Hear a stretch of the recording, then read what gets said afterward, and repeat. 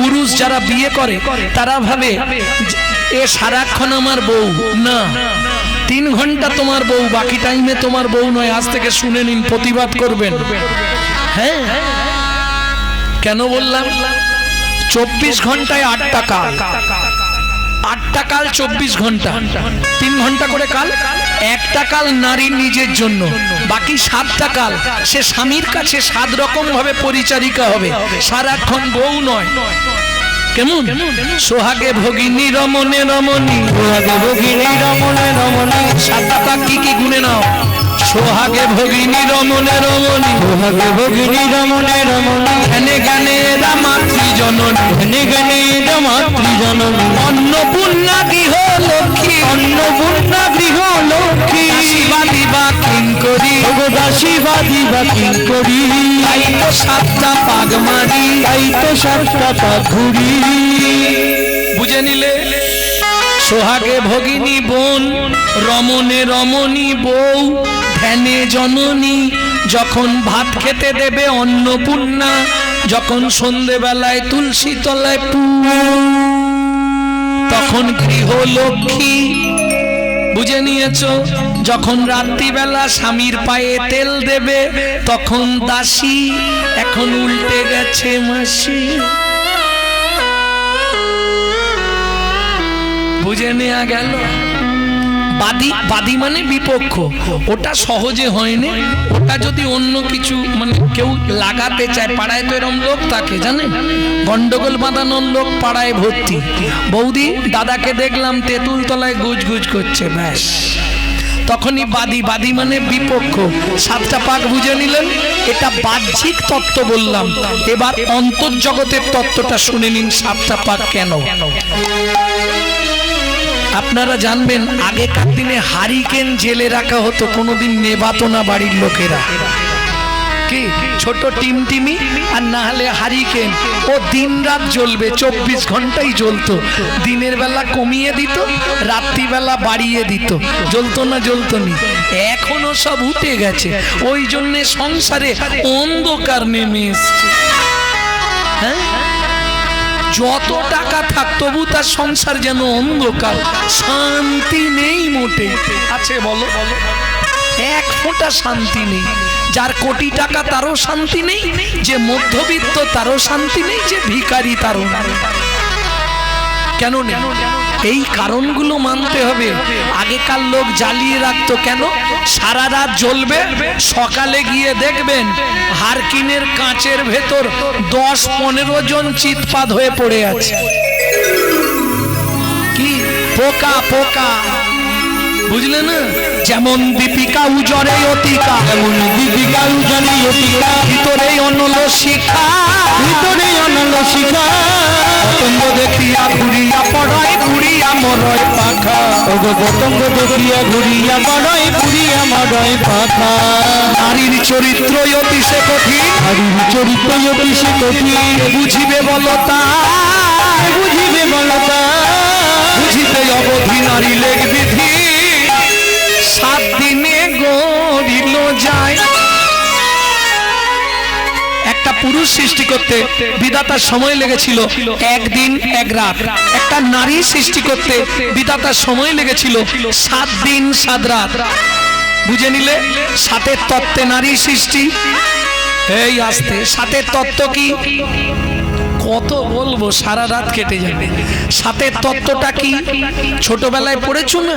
1 চন্দ্র 2 পক্ষ, 7-এ কি ছিল? সমুদ্র। 7টা সমুদ্র কি কি মনে নেই।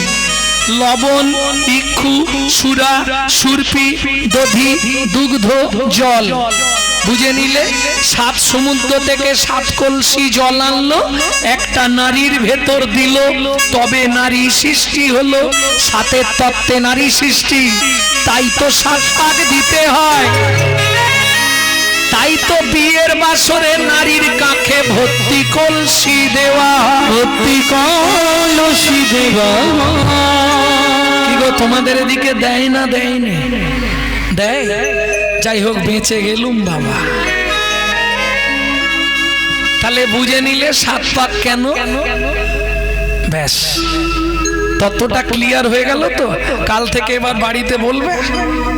তবে পুরুষদেরকে সাবধান করে দিচ্ছি, আজ থেকে শুনে নাও, ককলসি জল দিয়ে নারী,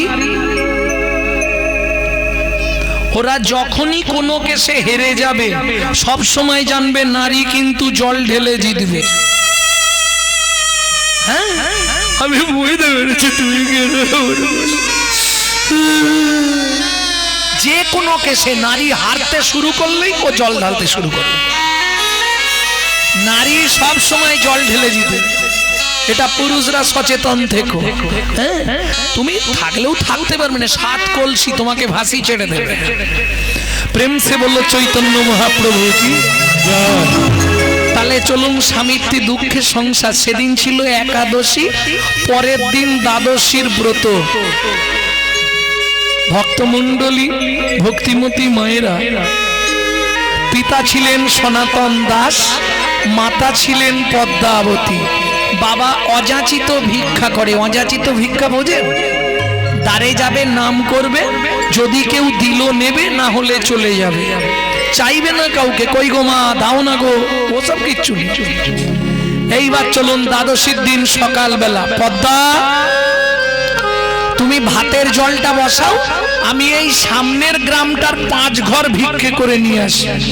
ব্যাস, কর্তাল হাতে চলে গেল ভিক্ষে করতে। আকাশের অবস্থা আজ কিন্তু ভালো নয়, কখন ঢালবে ঠিক নেই। আমি যাব আসবো, তুমি ভাতের জলটা বসাও। ও গিয়ে শুরু করেছে, ভজ শ্রীকৃষ্ণ চৈতন্য প্রভু নিত্যানন্দ, হরে কৃষ্ণ হরে রাম শ্রী রাধা গোবিন্দ। ভজ শ্রীকৃষ্ণ চৈতন্য প্রভু নিত্যানন্দ,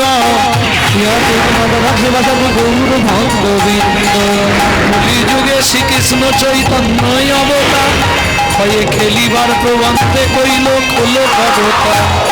কলিযুগে শ্রীকৃষ্ণ চৈতন্য অবতার, হয়ে খেলিবার প্রবন্ধে কইল খোলো কবতা। গড়াগড়ি যান প্রভু নিজ সংকীর্তনে, গড়াগড়ি যান প্রভু নিজ সংকীর্তনে। ঘরে ঘর যে যা দিচ্ছে ওই নিয়ে চলে যাচ্ছে। হয়ে গেছে 3 ঘর হয়ে গেছে, আর 2টো ঘর। আকাশটাও আজকে পিছনে লেগেছে যোদ্ধা। ঘরে ঘরে হরিনাম বিলায় সর্বজনে, ভজ শ্রীকৃষ্ণ চৈতন্য প্রভু নিত্যানন্দ, অদ্বৈত গদাধর শিবাসাদী গৌর ভক্তবৃন্দ। শ্রীকৃষ্ণ চৈতন্য মহাপ্রভু নিত্যানন্দ, অদ্বৈত গদাধর আদি ভক্তবৃন্দ। কৃষ্ণ চৈতন্য মহাপ্রভু নিত্যানন্দ, শ্রী অদ্বৈত গদাধর আদি ভক্তবৃন্দ। এই যে নামটা বলছি, এটা শিবাস অঙ্গনের নাম। শিবাসের নাম থাকবে না, নেই ওই নামের মধ্যে। আর যেটা প্রথমের দিকটা গাইছিলাম, ওটা হচ্ছে মহাপ্রভু যখন নগরে যেতেন এই নাম গাইতেন ভক্তরা। আর একটা যেটা শোনালাম ওটা গৌড়ীয় থেকে গায়, ভজা শ্রীকৃষ্ণ চৈতন্য প্রভু নিত্যানন্দ, শ্রী অদ্বৈত গদাধর শ্রীবাস আদি গৌর ভক্তবৃন্দ। আর শ্রীবাস অঙ্গনের নাম হচ্ছে এটা, শ্রীকৃষ্ণ চৈতন্য মহাপ্রভু নিত্যানন্দ, অদ্বৈত গদাধর আদি ভক্তবৃন্দ। শ্রীকৃষ্ণ চৈতন্য মহাপ্রভু নিত্যানন্দ, অদ্বৈত গদাধর আদি ভক্তবৃন্দ। হয়ে গেছে, আর একটা ঘর। হ্যাঁ দাও দাও, ব্যাস, আর দরকার নেই বাবা, 5 ঘর হয়ে গেছে। বৃষ্টি আসার আগে বাড়ি ঢুকে পড়তে হবে। ওইখান থেকেই ছুটতে শুরু করলো সনাতন দাস। যেন তেন প্রকারে ঘরে পৌঁছাতেই হবে, হাঁড়িতে জল ফুটছে। আর মাঝ রাস্তায় ঘটে গেল বিপত্তি, কড়কড় কড়াত করে মাথায় বজ্রাঘাত পড়ে গেল। ওরে ভাই, ওই তাকিয়ে দেখ, সনাতনের দেহটা দাউ দাউ করে চলে যাচ্ছে। একটু আগে করতাল বাজিয়ে হরিনাম করলো, দেখো দেখো দেখো কর্মফল কাকে বলে। বৃষ্টিটা থামুক, বৃষ্টিটা থামলে একবার ওর বাড়িতে গিয়ে খবর দিতে হবে। এ বাবা কিরম জ্বলছে দেখ দেহটা, কড়কড় কড়াত করে মাথায় বজ্রাঘাত পড়ে গেল, দাউ দাউ করে চলে যাচ্ছে। ওই দেখ চিৎকার করে উঠলে সনাতন দাস, বাঁচাও বাঁচাও। কে বাঁচাবে, কে যাবে ওই অবস্থায়? যখন পৃথিবী শান্ত হয়ে গেল, মাটিতে পড়ে আছে সনাতনের দেহটা, নিঠর দেহ, কুচকুচে কালো ছাইয়ের মতন হয়ে গেছে, শুধু দুটো কান দিয়ে অবিশ্রান্ত রক্ত গড়াচ্ছে। চল চল, দেরি করিস নে, একটু বাড়িতে খবর দিই, আগে বাড়ির লোকেদের জানাতে হবে। পদ্মা,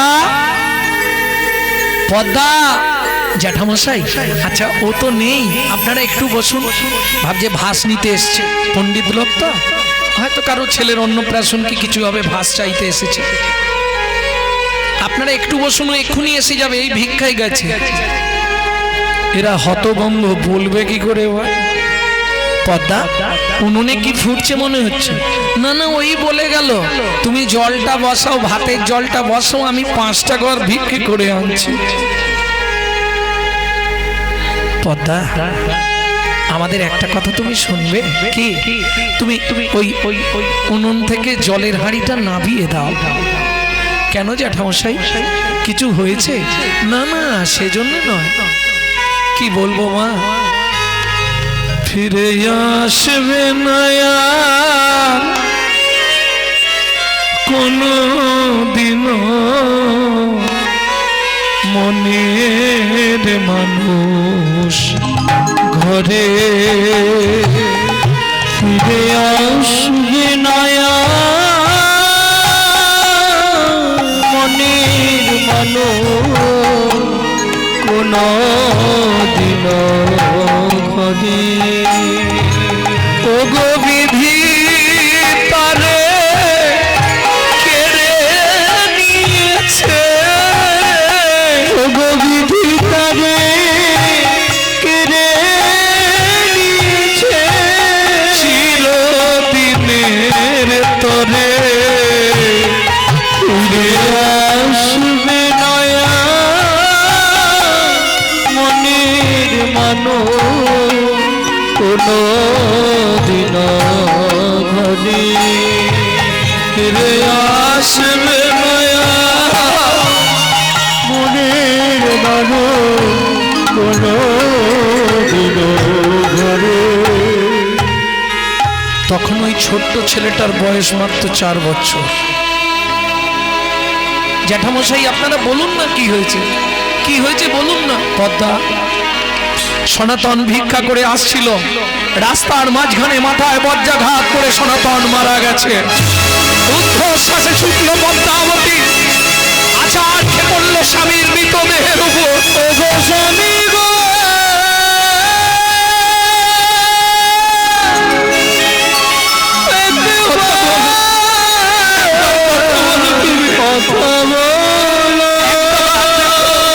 তোমার 4 বছরের মানুষ তোমার আছে, ফিরে যাবো।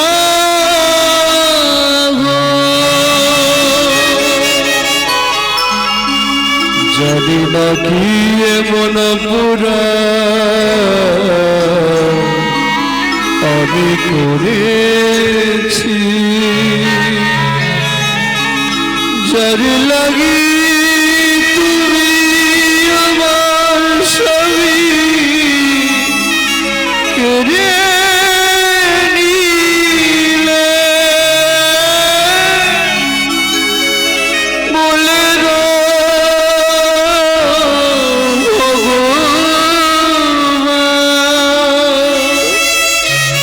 কোন জনমের অপরাধী আমি এমন সাজা পেলাম, এই কি তোমার উপহার প্রভু দয়াময়, এই কি তোমার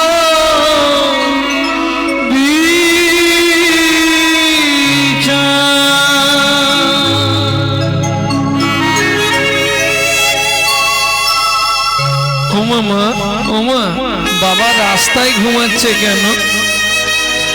বাবাকে গিয়ে ঘরে শুতে বলো না, খোকা আর বাবা কোনোদিন উঠবে না বাবা। কেন মা? বাবার কি হয়েছে? বাবা মরে গেছে বাবা। ও মা, মরে গেছে মানে কি হয়েছে? বাবাকে তুমি ডেকে দাও না। দাঁড়াও আমি ডাকছি। বাবা, ও বাবা, বাবা মাধু, ডাকিস নে বাবা। সুখের স্বপ্ন ভেঙে গেল, বেদনা বালু চরে। সুখের স্বপ্ন ভেঙে গেল, বেদনার বালু চরে। বিধির কলমে লিখেছে মরমে আমার কপাল তরে। বিধির কলমে লিখেছে মরমে আমার কপাল পরে। সুখের স্বপ্ন ভেঙে গেল, বেদনা বালু চরে। সুখের স্বপ্ন ভেঙে গেল, বেদনার বালু চরে। কাঁদলে হবে না তো, জোগাড়পাতি করো, চলো অন্ত্যেষ্টিক্রিয়া করতে হবে। স্বামীকে শ্মশান ঘাটে নিয়ে গিয়ে ওই 4 বছরের ছেলেটার হাতে তুলে দেয়া হলো বাবার মুখগ্নি করবার জন্য। ও মামা, এতে আগুন জ্বালিয়ে কি হবে? বাবার মুখে ঠেকাতে হবে বাবা। 4 বছরের মাধু, সে তো কিছু বোঝে না, কিন্তু বিধাতার কি নিষ্ঠুর পরিহাস। বিধির বিধানকে করে খণ্ডন, কর্মফল ভোগ করতেই হবে। অন্ত্যেষ্টিক্রিয়া শেষ করে ঘাটক্রিয়া সাধ্যক্রিয়া সমাধা করে মা কি করবে? সংসারটা চলবে কি করে? বাবা না হয় হরিনাম করতো, ভিক্ষা করে আনতো, চলে যেত, এখন চলবে কি করে? 4 বছরের ছেলেটাকে ঘরের মধ্যে চাবি দিয়ে জল দিয়ে রেখে মা সকালবেলা চলে যায় লোকের বাড়ি কাজ করতে। সন্ধ্যার সময় বাড়ি ফিরে। তখনকার দিনের মাহিনে কি ছিল জানো? 2টো করে হাতে গড়া আটার রুটি জল দিয়ে ভিজিয়ে একটা ছেলেকে খাওয়াতো আর একটা নিজে খেত। তাও ভগবানের সহ্য হলো না। যে করে আমার আশ, আমি করি তার সর্বনাশ। কি হলো? কাজের শেষে বাবুর বাড়ির কাজ তো, আঁচল পেতে দাঁড়ায়, 2টো করে রুটি ছুঁড়ে দেয় আঁচলে। আজকে রুটিটা আঁচলে না পড়ে নিচে পড়ে গেল। কারো সর্বনাশ আর কারো পৌষ মাস। কুকুর ছুটে এসে রুটিটা নিয়ে চলে গেল। অভাগিনী দুঃখিনী মা পদ্মাবতী কেঁদে উঠল, কুকুর আমি জানি তোর খিদে পেয়েছে, কিন্তু আমি ঘরে যাব কি করে বলতো? ঘর ফিরে চাবিটা খুললেই ছেলেটা ছুটে আসবে, মা খাবার এনেছো মা? দাও না মা, একটু কিছু খেতে দাও না মা। বলুন তো ভক্তমণ্ডলী মায়েরা, মা হয়ে যদি একটা ছেলেকে একটু পেট ভরে খেতে দিতে না পারি, আমার মনে হয় মাতৃত্বের জীবনে এর চেয়ে বড় কষ্ট আর পৃথিবীতে কিছু নেই। মাধু, যেই মা ফিরে এসে চাবিটা খুলেছে, মাধু ছুটে এসছে, মা ও মা খাবার এনেছো মা? একই মা, তোমার চোখে জল কেন? কেউ মেরেছে মা? না রে বাবা, মা তোমার আঁচলে তো আজকে খাবার বাঁধা নেই। খোকা, মাধু খাবার আজকে পাইনি বাবা, খুব খিদে পেয়েছে জানো মা, একটু কিছু খেতে দাও না মা।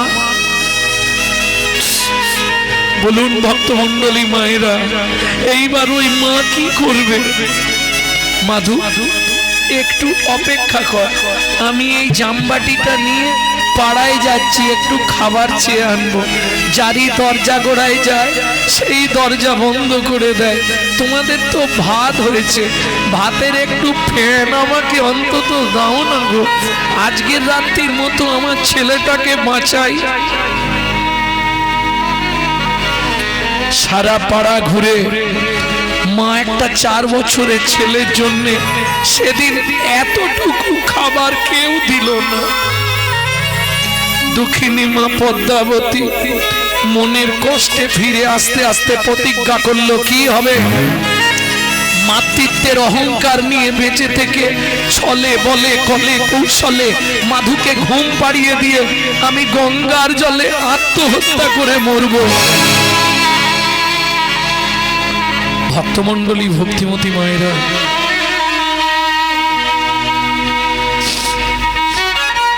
কথাটা বলতে গেলে সবার আগে আমার নিজের বুকটাই ফেটে যায়। বিগত কয়েক মাস আগে মা চলে গেলেন। আমি যখন স্কুল যেতাম এমন সংসারে করুণ অবস্থা, আমার মা লোকের বাড়ি থেকে ফ্যান চেয়ে এনে লবণ দিয়ে গুলে আমায় খাইয়ে স্কুল পাঠাতো। সে যে কি কষ্টের দিন। এটা খেয়ে চলে যা, এসে এলে ভাত দেব, যা। দুঃখিনী মা পদ্মাবতী খালি বাটিটা হাতে ফিরেছে। মাধু ছুটে এসছে, মা খাবার এনেছো? মা শুধু খাই আর খাই, মরতে পারিস না? ও মা, খুব খিদে পেয়েছে, কিছু একটু খেতে দাও। আয় বাবা, আমার কোলে আয়। মাধু, জল খেয়ে ঘুমিয়ে যা, সকালবেলা অনেক খাবার পাবি, অনেক খাবার পাবি বাবা, ঘুমিয়ে পড় এখন। ঘুম আসছে না মা, কিছু একটু খেতে দাও না মা, কিছু একটু খেতে দাও না মা। কি করবে মা? দুঃখিনী মা পদ্মাবতী শুধু জল খাইয়ে ছেলেটাকে কোলে, খিদের জ্বালায় কাঁদতে কাঁদতে মাধু মায়ের শাড়ির আঁচলটা চুষছে, আর চুষতে চুষতে দাঁতের মধ্যে চিপে নিয়ে ঘুমিয়ে গেছে,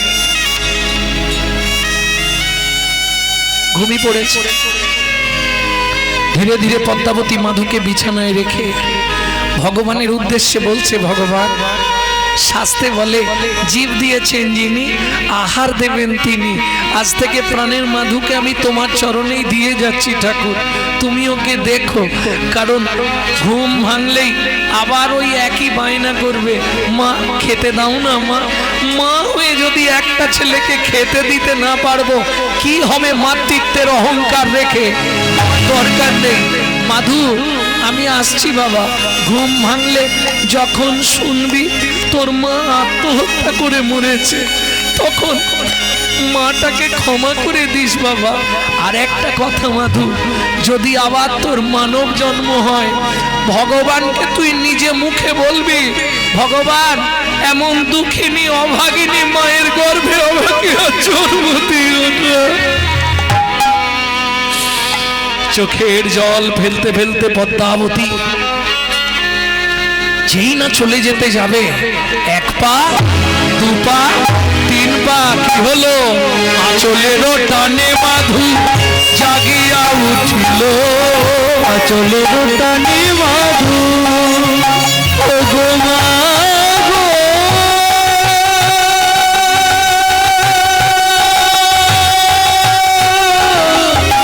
কেও না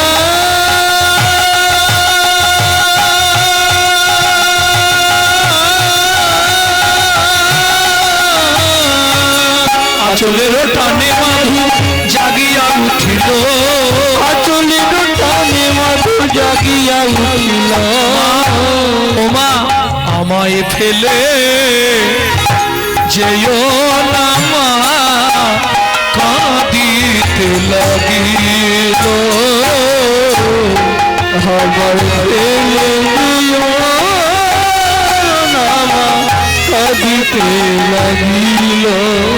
মাগো আমি কি তোমার এতই বোঝা, আমি কি তোমার এতই বোঝা, তুমি আমায় ফেলে যেও না মা, আমি কি তোমার এতই বোঝা, আমি আর খাবার চাইব না মা, আমায় ফেলে যেও না মা। কোনো মা যেতে পারবে? ছুটে গিয়ে মাধুর মা মাধুকে বুকে জড়িয়ে ধরলো। মাধু, ও মামা, ছোটবেলায় বাবা মরে গেছে, তুমিও যদি চলে যাও বলো না মা, আমি কার কাছে থাকবো? আমি খিদের জ্বালা সহ্য করতে না পারি, মরে যাব সেও ভালো, আর কোনোদিন তোমায় খাওয়া চাইবো না মা, তুমি আমাকে ফেলে যেও না। কান্নায় ভেঙে পড়লো ছেলেকে জড়িয়ে ধরে পদ্মাবতী। ছোট্ট মাধু মায়ের চোখের জলটা মুছিয়ে দিয়ে বললে, মা তুমি কেঁদো না মা, কাল থেকে তোমাকে কাজে যেতে হবে না, আমি সংসার চালাবো। কি করে জানে? মায়ের হাতে একটা বাটি ধরিয়ে দেয় আর হাতটা ধরে ওই রাস্তায় রাস্তায় ভিক্ষা করে। চোখের জলে বুক ভেসে যায়, মুখের দিকে চায়, একটি পয়সা দাও ও বাবু গো, একটি পয়সা দাও বাবু গো, একটি পয়সা দাও বাবু গো, একটি পয়সা দাও। চোখের জলে বুক ভেসে যায়, মুখের দিকে চায়, একটি পয়সা দাও বাবু গো, একটি পয়সা দাও বাবু গো, একটি পয়সা দাও। গৃহেতে গোবিন্দ সেবা ফিরিয়া তাকাও, গৃহেতে গোবিন্দ সেবা ফিরিয়া তাকাও। চোখের জলে বুক ভেসে যায়, মুখের দিকে চাও, একটি পয়সা দাও বাবু গো, একটি পয়সা দাও বাবু গো, একটি পয়সা দাও। দিন যা ভিক্ষা পেয়েছে, ছেলের মুখ দেখে যা ভিক্ষা পেয়েছে, এখন 1 মাস আর বেরোতে হবে।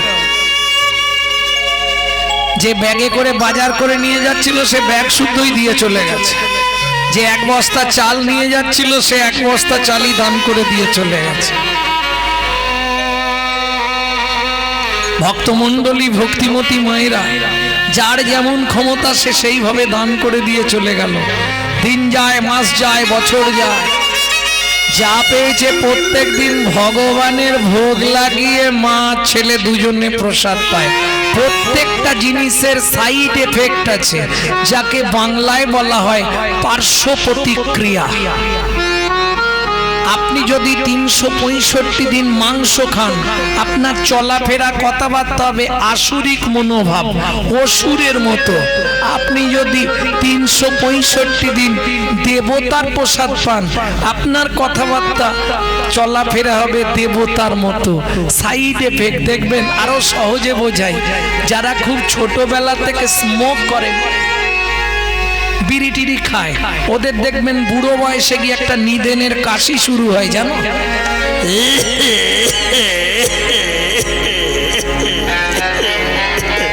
ও একবার আরাম হলে আর বন্ধ হবে।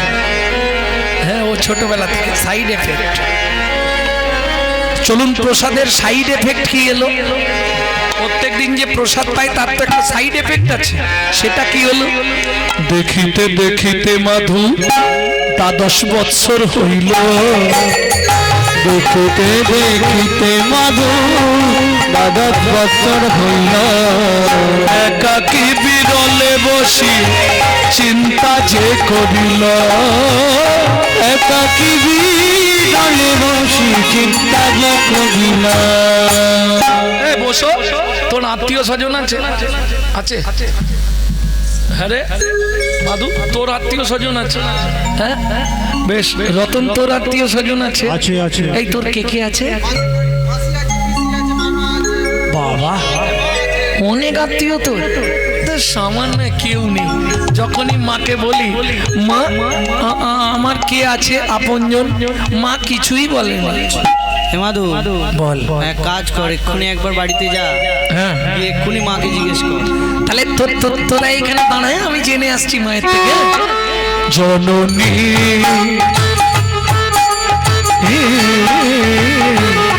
বলো মা,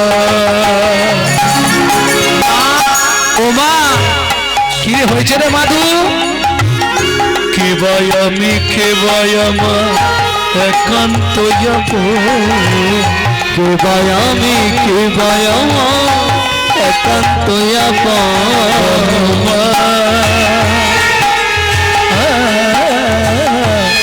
বলো মা,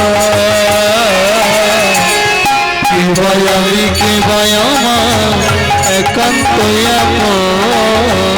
কাঁদিয়া মায়ের গিয়া জিজ্ঞাসে তখন, কাঁদিয়া মায়ের গিয়া জিজ্ঞাসে তখন, বলো বলো মা কে ভাই আপন, বলো বলো মা কে ভাই আপন, জগৎ মাঝে সেবা কুঞ্জন, বলো বলো মা কে ভাই আপন, জগৎ মাঝে সেবা কুঞ্জন, তাহার চরণ করব স্মরণ, জগৎ মাঝে সেবা জগৎ মাঝে সেবা কুঞ্জন, বলো বলো মা কে ভাই আপন। ও মায়েরা, আমাদের মায়েরা হলে কি বলবে তোর সব জানার দরকার নেই, কদিন পরে তোর একটা সুন্দর দেখে ব্যয় দেবো, বৌমা আনবো, বৌমা রান্না ভাত খাবো কি। কিন্তু দুর্ভাগ্য কলিযুগে হবে না। মাধুর মা কি বলবে শুনবো, তার আগে চলুন শ্রীমদ্ ভাগবত কি বলছে একটু শুনে নি শ্লোকটা। ফলবাদিন পিতং তত্ত্বা লাদিন পিতং তত্ত্বা মাতা চ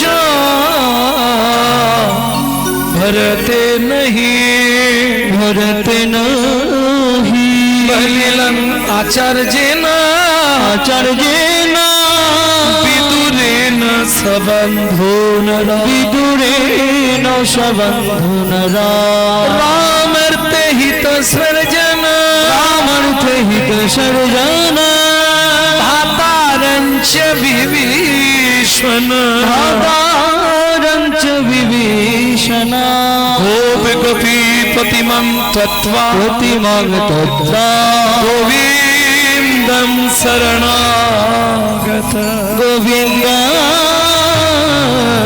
শরণাগত। কিছু বুঝলেন বাবা? প্রহ্লাদ নিজ পিতা হিরণ্যকশিপুরকে পরিত্যাগ করেছিলেন কেন? ভরত মাতা কৈকেয়ীকে পরিত্যাগ করেছিলেন কেন? বললে যে বাবা মা পুত্র কন্যাকে ঈশ্বর আভিমুখী করতে পারে না, তেমন পুত্র বা কন্যা যদি পিতা মাতাকে ত্যাগ করে তাতে কোনো পাপ হয় না। বুঝে নিলেন? আচ্ছা, বলিলাম আচার্য না, বলি মহারাজ নিজ গুরু শুক্রাচার্যকে ত্যাগ করেছিলেন কেন? যে গুরু শিষ্যকে জগৎগুরুর সন্ধান দিতে পারে না, তেমন গুরুকে ত্যাগ করা শাস্ত্রে বাঞ্ছনীয়, ওতে কোনো পাপ হয় না। আর এখন তো কলিযুগে গুরুগিরি মানে প্রফিটেবল বিজনেস, তাই না? কানে দিয়ে দিল ফিস ফিস আর মাসে মাসে মাল পৌঁছে দিস। একটা ভালো বিজনেস। কিন্তু ভক্তমণ্ডলী ভক্তিমতী মায়েরা বলছে যে গুরু শিষ্যকে জগৎগুরুর সন্ধান দিতে না পারবে, তেমন গুরুকে ত্যাগ করলে শাস্ত্রে কোনো অপরাধ হবে না, কোনো পাপ হবে না। বলিলাম আচার্য বিদুরেণ সম্বন্ধনরা, বিদুর আত্মীয় সম্বন্ধকে পরিত্যাগ করেছিল। তোমরা যদি কেউ পরিত্যাগ করো পাপ হবে না। কাকে পরিত্যাগ করলে পাপ হবে না? এই বলুন, কাকে পরিত্যাগ করলে পাপ হবে না? যার মুখে ভাই হরি কথা নাই, তার কাছে তুমি যেও। তার মুখে ভাই হরি কথা নাই, তার কাছে তুমি যেও না। তুমি যা তুমি যা তুমি যার মুখ দেখি ভুলে যাবে হরি, তুমি যার মুখ দেখি ভুলে যাবে হরি, তার মুখ প্রাণে চেয়েও না, যার মুখে ভাই হরি কথা না তার কাছে তুমি যেও না। তার মুখে ভাই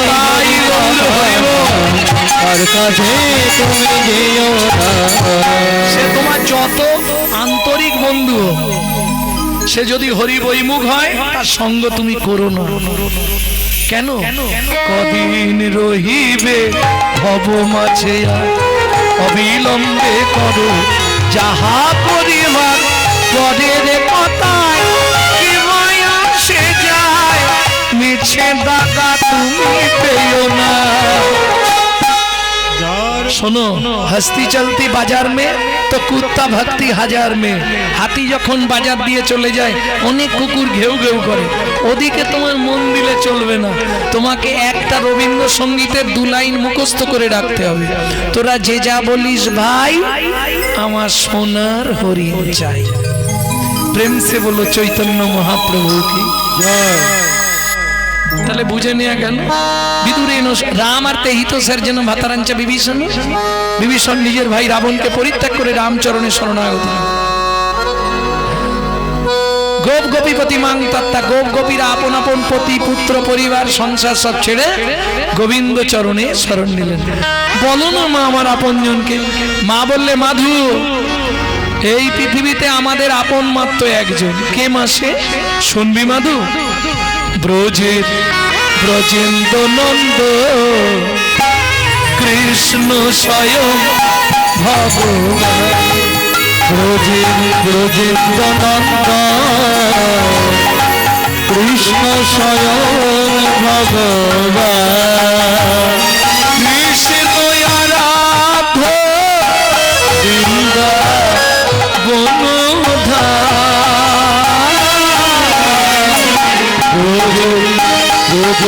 নন্দ কৃষ্ণ স্বয়ং ভগবান। ব্রজেন্দ্র নন্দ কৃষ্ণ স্বয়ং ভগবান। সে কে মা? শুনবি মাধু? তবে শোন।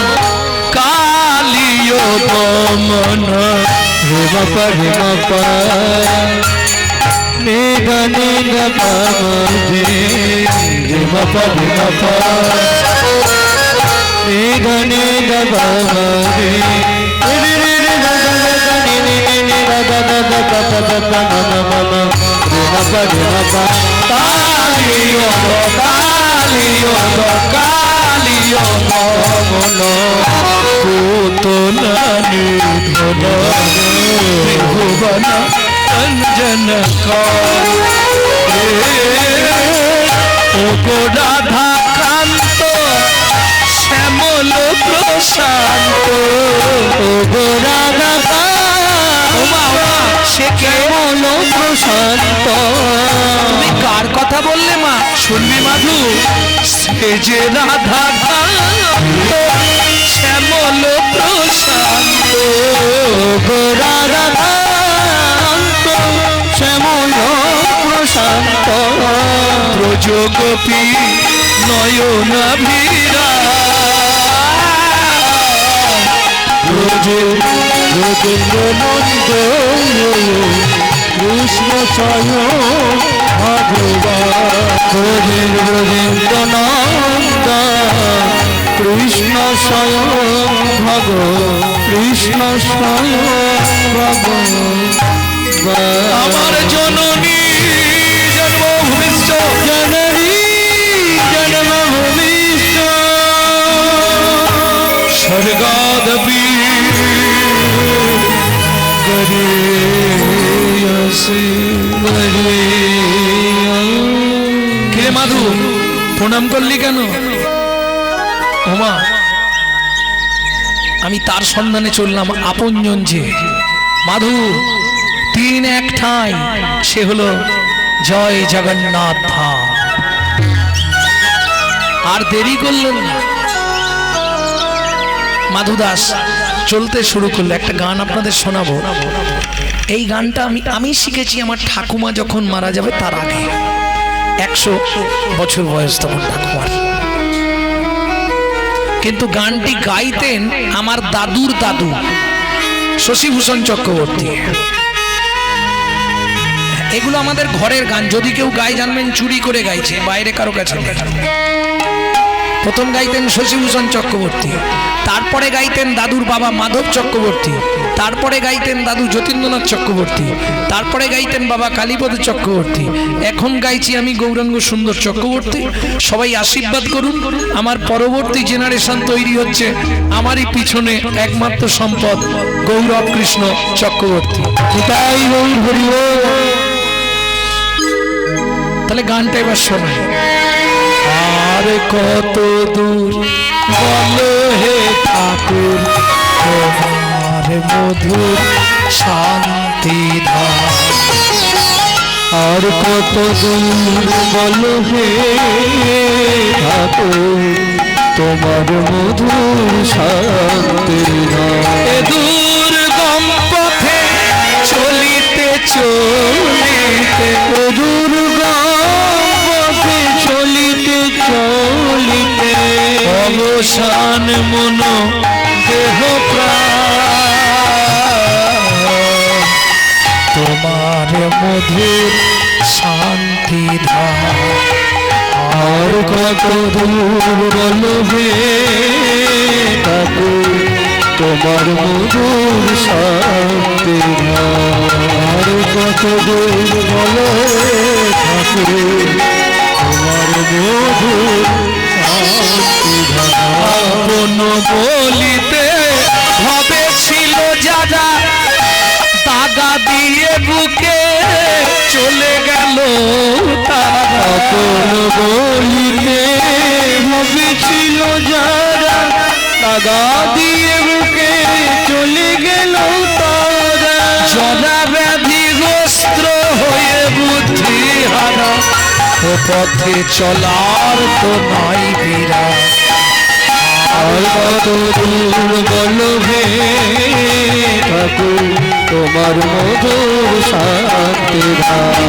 আর কত দূর বলো হে ঠাকুর এই জায়গাটা বেশ ভালো। মধুর শান্তির ধাম।